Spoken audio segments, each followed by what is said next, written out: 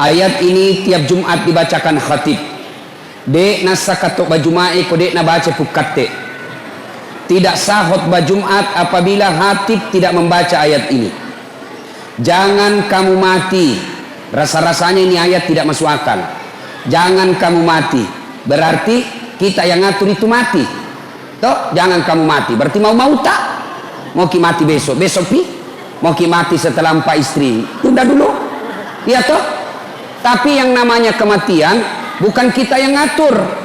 Ya, orang kaya, orang miskin, raja-raja, rakyat biasa, bupati. Kau yang bilang, kau yang bilang, bukan saya. Yuk, berarti semua mati. Berarti yang jadi masalah bukan mati. Yang jadi masalah illa wa antum muslimun, kecuali dalam keadaan beragama Islam.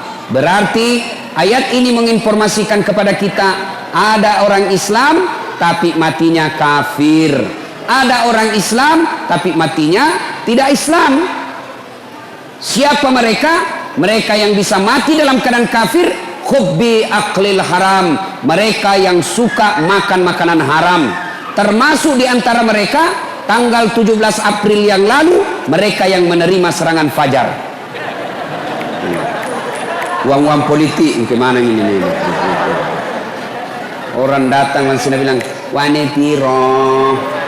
Nah, ibu-ibu, kalau kau terima itu uang sogo waktu pilpres, wajar doamu ketika Ramadan tidak dikabulkan. Kenapa?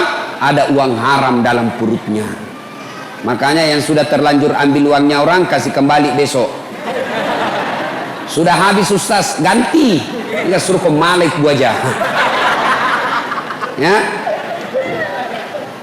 Wa qala idan, Allah kemudian berfirman, Bismillahirrahmanirrahim. Ya ayyuhalladzina amanu dukhulu fis-silmi kaffatan wa la tattabi'u khutuwatis syaitan innahu lakum aduwwum mubin. Wahai orang-orang yang beriman, masuklah engkau ke dalam Islam secara sempurna dan janganlah engkau ikuti langkah-langkah setan, karena sesungguhnya setan itu musuh yang nyata bagi kalian. Kira-kira ada setan tidak di tengah-tengah kita, Ibu? Kira-kira ada setan? Ada? Bagaimana caranya? Nah, orang di masjid ini ada setan? Ada. Setannya berupa handphone. Apa, Ibu? Apa? Handphone. Orang sudah ceramah masih siaran langsung tongi baru tidak ada pulsanya. Ibu-ibu yang pegang HP selama saya ceramah, saya doakan suaminya kawin lagi. Amin ya Allah. Amin. Amin. Amin. Amin. Amin. Masjid saya berdoa. Lama tu lakinya lama. Simpan dulu HP-nya, simpan dulu. Tidak enak ceramah. Siaran langsung tongi na tua mi. Tomat-tomat kajili-jili. Simpan dulu HP-nya, Bu. Simpan dulu. Nanti kalau mau lihat rekamannya ada di YouTube. Lihat. Selama ibu pegang HP begini, selama ibu tidak konsentrasi, pasti tidak konsentrasi kita dengar ceramah. Malah kita lihat teman-teman yang ngantuk. Nah, shooting yang gelang emas. Simpan dulu HP-nya ya. Woi. Simpan dulu HP, simpan dulu. Ini magaya topir nih. Simpan dulu. Bu, malah di Sulawesi, saya lagi ceramah begini, ada ibu-ibu ngefans betul sama saya, suka sekali sama saya. Ini ibu kira-kira umurnya 55 tahun. Saya lagi ceramah, ambil HP-nya, langsung membelakang. Nah belakangi kak, barusannya ada orang ku ceramah, belakangi kak ini. Ternyata ambil HP-nya selfie. Baru tulis di Facebooknya, latar belakang das atletik. Saya jadikan background. Nah kira kak barangkali pot bunga. Selesai saya ceramah, saya turun dan sudah bilang, Ustaz, boleh selfie? Ayo Mi, sini. Paling saya tidak suka itu selesai ceramah disuruh selfie. Orang capek, keringatan, dan suruh ki senyum. Itu ibu-ibu biasa. Kalau bapak-bapak cium ki. Bukan cepika-cepiki. Kumisnya masuk. Coba. Ini ibu selesai saya ceramah, selfie. Sudah selfie langsung sudah bilang, Ustaz, boleh cium. Apa mau cium saya? Haram. Nabi bilang, enggak nafsu Ustaz, cuma cari barakah. Enggak boleh. Mau kasih majaluk Mama Nece di rumah. Coba masih muda kok. Simpan dulu HP-nya, Bu. Simpan dulu ya, simpan dulu. Simpan dulu. Saya tidak bisa ceramah kalau ada rekam-rekam begini ya, terganggu konsentrasi saya. Sebentar, ini ada rekaman, ada juga nanti di rekaman saya di YouTube. Ibu lihat saja, ya. Wa qalaidan, Allah kemudian berfirman, Bismillahirrahmanirrahim. Innallaha wa malaikatahu yusalluna 'alan nabi. Ya ayyuhalladzina amanu sallu 'alaihi wa sallimu taslima. Sesungguhnya Allah dan para malaikatnya bersalawat kepada Rasulullah Muhammad sallallahu alaihi wasallam, maka wahai orang-orang yang beriman, bersalawatlah kalian kepada Rasulullah dengan sebaik-baik salawat. Ayo kita ibu-ibu, kita tanding mana lebih besar suaranya perempuan dengan laki-laki. Bisa Pak? Bisa? Ibu-ibu bisa? Ayo bapak-bapak diam, ibu-ibu dulu kita salawat. Mana lebih kencang suaranya bapak-bapak ibu-ibu? Jangan mau dikalah ibu ah. Ayo ibu, bu, ayo bu, salawat. Salatul, ayo salatuha salah alaya. Masya Allah, ini bukan keras, ini disebut suara syahdu. Suara begini yang kasih nafsu laki-laki. Makanya cewek kalau nak telepon ke cowok, jangan kau kasih sahdu suaramu. Assalamualaikum, waalaikumsalam. Gimana orang tak bernafsu dengar suaramu? Di mana kau dek? Di rumah aja kan. Caleda. Jangan kasih begitu suaramu. Bagaimana tak selingkuh? Di mana kidek? Baring-baring jika. Coba kalau kau ditelepon, kasih tegas suaramu. Assalamualaikum, waalaikumsalam. Lagi di mana? Di rumah. Apa kau pikir? Kenapa kak? Tidak nak telepon aku itu besok. Ya, ibu-ibu diam. Ibu diam. Kita dengar ini bapak-bapak. Diam. Ayo pak, yuk. Sholat. I love it. Bikin malu. Itu mau poligami, nah dodor nih baterainya. Ayo bareng-bareng sama-sama. Yuk semua. Salatullah salamullah ala toha Rasulillah. Salatullah salamullah ala yasin. Diam. Sekarang ini yang anak-anak, yang kecil-kecil, yang belum disunat. Ayo, ini yang kecil-kecil. Ayo. Salatul.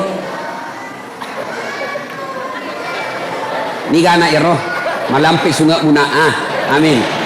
Nah ibu bapak saudara-saudara sekalian, teristimewa alim ulama, khusus yang kita hormati Bapak Bupati Kabupaten Tanah Bumbu beserta istri yang insya Allah dimuliakan dan dirahmati oleh Allah Subhanahu Wa Taala. Ini kisah nyata saya alami. Suatu waktu saya diundang ceramah ke Palopo. Palopo itu kalau naik mobil dari Makassar kurang lebih 10 jam. Ya, nah saya selesai takziah malam jam 10 saya berangkat, jam 10 malam.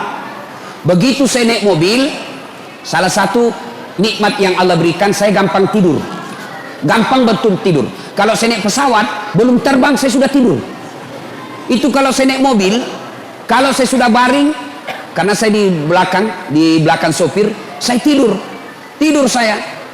Nah sampai di kampung namanya Kera, itu gunung, hutan, tidak ada rumah. Tiba-tiba singgah itu mobil jam 1 malam, jam 1 singgah mobil. Kaget kak, mana ini sopir ini? Motok kato? Mana sopirnya? Oh kulihat, oh kencing. Dia turun dari sebelah kanan, kencing dia. Saya turun juga, motok kak kencing deh. Turunlah saya, kencing juga. Begitu saya kencing, saya bayangkan sekalinya ini sopir dia tidak tahu kak saya turun, matilah saya ini. Ternyata betul, saya lagi kencing, tiba-tiba ini sopir napa lari otona. Nasalaika oto, langsung lari. Saya teriak, itu belum habis kencing, ku lari kak, woi bisa lari kak. Apalagi dia sudah tutup kaca mobil, lari. Jam 1 malam saya telepon, tidak ada HP. Selama perjalanan itu saya tinggal di jalan, semua mobil saya kasih singgah, tidak ada yang singgah. Yang mau ke Makassar saya kasih singgah, tidak ada singgah. Saya mau ke Palopo, tidak ada singgah. Kenapa? Dia kira kak mungkin pocong. Kenapa? Saya pakai putih-putih, songkok putih, baju putih, sarung putih di tengah hutan. Nah kira kak pocong. Saya mau bilang, mau kak di tengah-tengah jalan begini. Nanti aku bilang, nah kira betul kak pocong, nah tabrak kak. Lah, nah kenapa lah ustaz sih? Akhirnya apa? Nanti jam 6.15 pagi baru dia kembali ambil saya. Subuh, azan. Saya bilang, ini kalau pintar ini sopir, kalau azan subuh pasti dia baru kasih bangun kak. Betul azan subuh dia balik. Ustaz, subuh nih. Dari ustaz. Lah sudah balik mobilnya nak kasih kencang. Sampai akhirnya jam 6.15. Basah bu saya karena gerimis. Saya sholat di pinggir jalan hutan, tidak ada satupun yang ambil saya. Jam 1 sampai jam 6.15 baru dia datang. Begitu dia datang, saya mau tempelengi, lebih besar dari saya. Saya bilang, lawang ini dah kalah kak. Akhirnya sepanjang jalan saya diam-diam sampai di rumah jabatan wali kota Palopo. Langsung dia bilang wali kota, Ustaz, kenapa bisa kita lupa koporta? Dalam hatiku, mak beli si sopir ini. Bohong lagi nih sopir. Ternyata nak lapor sama wali kota, dia kembali karena lupa kopornya Ustaz. Saya bilang, bukan kopor nak lupa, saya nak lupa itu sopir tak. Akhirnya apa? Sudah. Pas saya mau pulang, datang lagi tuh sopir, itu lagi sopir, mau antar kak pulang. Saya bilang sama wali kota, Pak Wali, saya sudah maafkan ini sopir tak, tapi jangan lagi diantar kak, jengkel saya kalau lihat mukanya. Akhirnya saya bilang, Pak Wali, ya Ustadz, nanti kita ganti sopir baru. Ini kisah nyata, fakta. Lalu apa kaitannya acara tak ini? Apa hubungannya dengan acara? Beginilah kita kalau sudah masuk di kubur. Ya? Almarhum sudah lebih 1 tahun meninggal. Saya baru 4 jam menunggu. Saya berharap ada yang ambil saya. Ternyata tidak satupun mobil yang tinggal dan mau singgah mengambil saya. Itu baru 4 jam sudah setengah mati. Beginilah orang yang dikubur, menunggu kiriman amal. Ternyata tidak ada yang kirimi amal. Saya baru 4 jam di pinggir jalan, hujan, masih merasa menderita. Bagaimana kita kalau sudah masuk di kubur? Ayo, saya berharap ada mobil yang singgah mengambil saya. Saya berharap ada mobil yang mampir mengambil saya. Ternyata tidak ada. Begitu juga kalau kita mati. Berharap maki ada yang doakan ki. Berharap ada yang sedekahkan kita. Berharap anak istri kita doakan ki. Ternyata mereka lupa kita. Ini nih kalau mati maki. Beginilah kita. Ibu bapak pernah lihat orang meninggal? Ibu-ibu pernah lihat orang meninggal? Pernah? Bukan pernah, sering. Kalau ada orang meninggal, 3 yang mengantarnya dia ke kubur. 1, keluarga. 2, harta. 3, amal. 3 yang ngantar, 2 balik, tinggal 1 temani kita. Siapa yang pertama? Keluarga. Anak ikut ngantar, istri ikut ngantar, saudara ikut ngantar, menantu ikut ngantar, ipar ikut ngantar. Tapi siapa yang temani kita masuk? Ibu-ibu, kira-kira kalau meninggal ibu, mau suami tak masuk? Mau temani ibu? Mana mama waktu tanah odok dulu, gunung kan kudaki, kemanapun kau pergi aku akan mengikutimu, laut kan kuda kurenangi, gunung kan kudaki, masjid kau lewati. Meninggal masuk, kakinya saja dia tidak mau, bengkak matanya. Tapi apa dia bilang? Bulan depan siapa ganti? Ibu, ada orang di Makassar temanku haji, meninggal istrinya, bengkak matanya pak. Begitu dia sayangnya istrinya, bengkak matanya. Apa dia bilang? Ustadz, rasanya tidak bisa lagi kulanjutkan hidupku. Ini separuh jiwaku hilang Ustadz. Sama lama ini istri saya luar biasa, tapi sekarang hancur perasaanku. Tidak bisa mak kurasa lanjutkan hidupku. Saya bilang, hebatnya ini bapak ini, sayang betul sama istrinya. Sekalinya beberapa bulan kemudian saya pergi jogging, lari-lari sore di Karebosi. Ada perempuan temani, putih, masih muda, ndak pakai jilbab, ndak ikat rambut, begini-begini. Saya bilang, Haji, siapa itu Haji? Dia bilang, yang baru Ustaz.